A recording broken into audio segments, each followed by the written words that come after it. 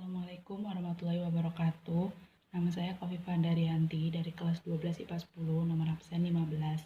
Kali ini saya akan melakukan uji bahan penyusun tulang untuk ujian praktik biologi. Tujuan dari adanya percobaan ini adalah untuk mengetahui zat dan juga kandungan yang terkandung dalam bahan penyusun tulang. Dan juga kita dapat mengetahui pengaruh asam cuka dan juga air biasa terhadap perubahan pada tulang paha ayam dan juga telur ayam. Dalam percobaan ini dibutuhkan alat dan juga bahan.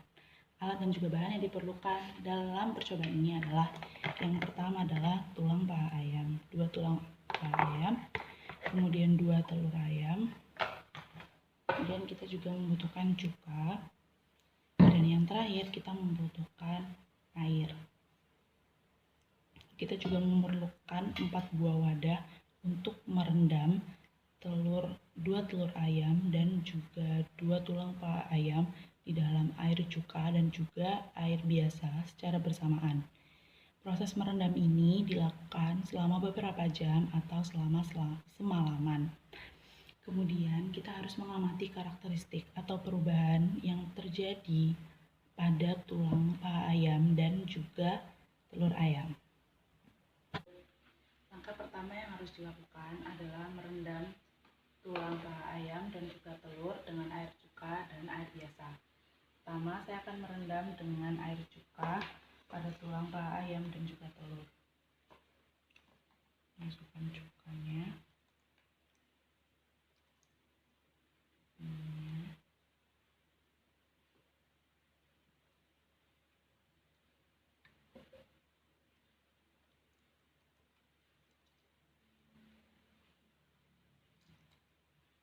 Kemudian kita tutup rapat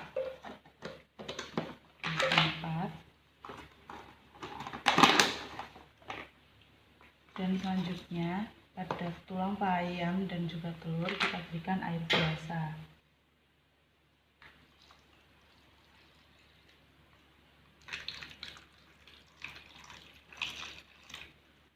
Kemudian kita tutup.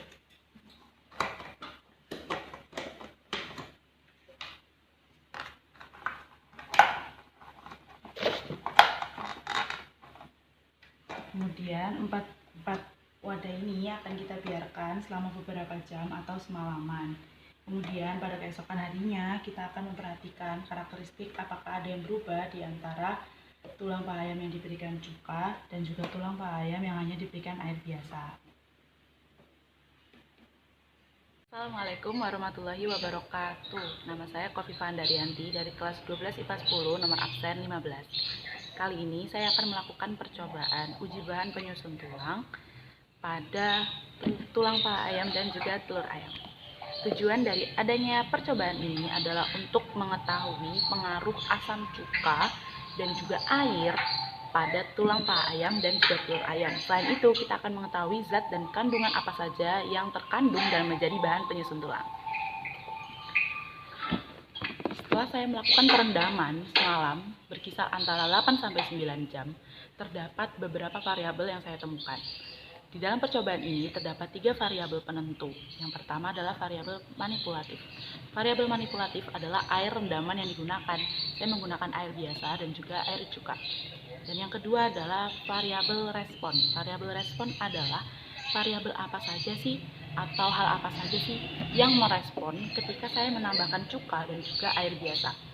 Yang dapat kita lihat dengan mata biasa adalah warna dan juga teksturnya. Dan yang terakhir adalah variabel kontrol. Variabel kontrol adalah variabel atau bahan uji kita. Bahan uji kita adalah tulang paha ayam dan juga telur ayam. Setelah kita temukan variabelnya, saya akan membandingkan perbedaan warna dan juga tekstur pada bahan uji kita kali ini.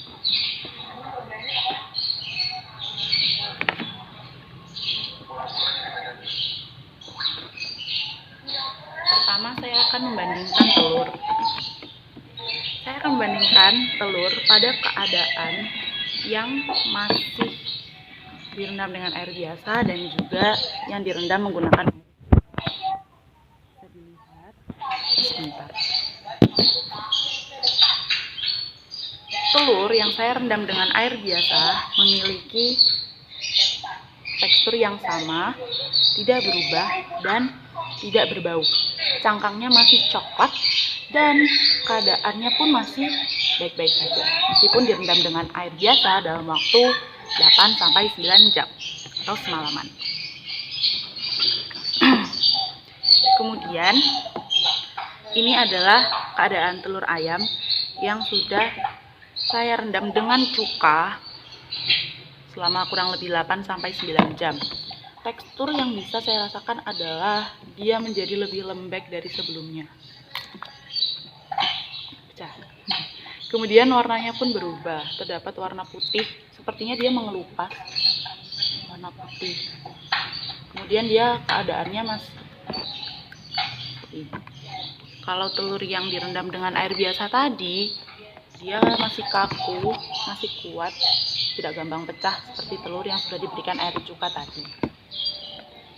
Kemudian saya akan membandingkan perbedaan tulang paha ayam yang sudah diberikan air cuka dan tulang paha ayam yang hanya direndam dengan air biasa. Pertama, warnanya berubah ya, warna air rendamannya. Warna air rendamannya jadi kuning, tidak jernih. Begitupun juga dengan air biasa, mengalami hal yang sama, tapi air rendamannya masih lebih pekat yang punya cuka. Kemudian saya akan bandingkan warnanya. Kalau warnanya yang masih kena air biasa, itu warnanya masih cenderung putih, tidak terlalu berubah, masih seperti tulang paha ayam mentah biasanya, meskipun sudah direndam dengan air biasa selama 8-9 jam. Kemudian tulang yang diberikan cuka, warna dari tulang yang diberikan cuka adalah gelap atau lebih kecoklatan daripada warna tulang yang hanya diberikan air biasa. Bisa dilihat berbeda. Saya akan bandingkan di dekat. Ini yang hanya diberikan air biasa, masih ada warna pink darahnya. Kalau ini yang udah kena cuka, udah gelap. Udah dari teksturnya, karena tekstur merupakan variabel respon, jadi kita harus tahu nih apakah teksturnya berubah ya. Tekstur dari tulang paha ayam yang hanya diberikan air menurut saya masih kaku, masih tidak terlalu berubah signifikan dengan tulang ayam biasa yang masih mentah. Untuk tulang ayam yang diberikan cuka, teksturnya menurut saya ini lebih kaku. Maksudnya kayak kalau sama yang ini dia masih lembek, masih ada lembeknya, ciri khas tulang mentah masih lembek. Tapi kalau yang diberikan cuka dia lebih kaku daripada tulang yang hanya diberikan air biasa. Kemudian baunya, kalau bau yang tulang paha ayam diberikan cuka, dia cenderung amis. Sama halnya dengan telur yang diberikan cuka tadi, baunya juga amis. Kalau tulang paha ayam yang hanya diberikan air biasa, menurut saya wanginya sedikit bau, tapi tidak seamis dengan tulang paha ayam yang diberikan cuka. Kemudian, jadi kesimpulan dari percobaan yang telah dilakukan, yakni uji bahan penyusun tulang, dapat disimpulkan bahwa air cuka dan air biasa memiliki peran untuk mengubah tekstur dan juga warna dari tulang paha ayam dan juga telur. Meskipun tidak signifikan yang diberikan oleh air biasa, namun tekstur juga sedikit berubah dan warnanya masih tetap sama. Berbeda dengan telur yang teksturnya lembek dan mudah pecah. Terima kasih.